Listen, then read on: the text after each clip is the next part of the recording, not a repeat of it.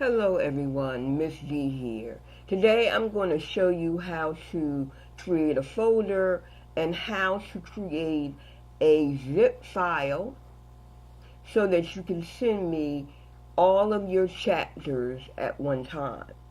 So if you already submitted chapter 1 and chapter 2, that's okay. Alright, so I know no one has submitted chapter 3 and chapter 4 yet. So this is how I want you to submit chapter 3 and 4. So first of all, on your desktop, we're going to right click. Okay, once you right click, you're going to go down to new, and we're waiting for the folder to show up.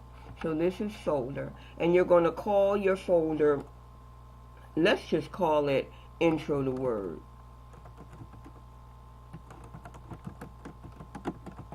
Okay, then what you're going to do is I'm just going to put items in it. Put all of your work in the folder by clicking it and dragging it to the folder and releasing it. Okay. All right. Once you do that, you're going to write, and all of your work is in the folder. All of your chapters, chapter 3, all of chapter 3 is in the folder. Then you're going to right click on the folder.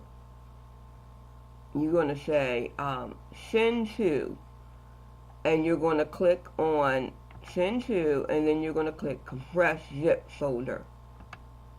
Once you do that, you have a nice completed folder to upload to Web Study. All you have to do is upload this folder to Web Study in the correct assignment group.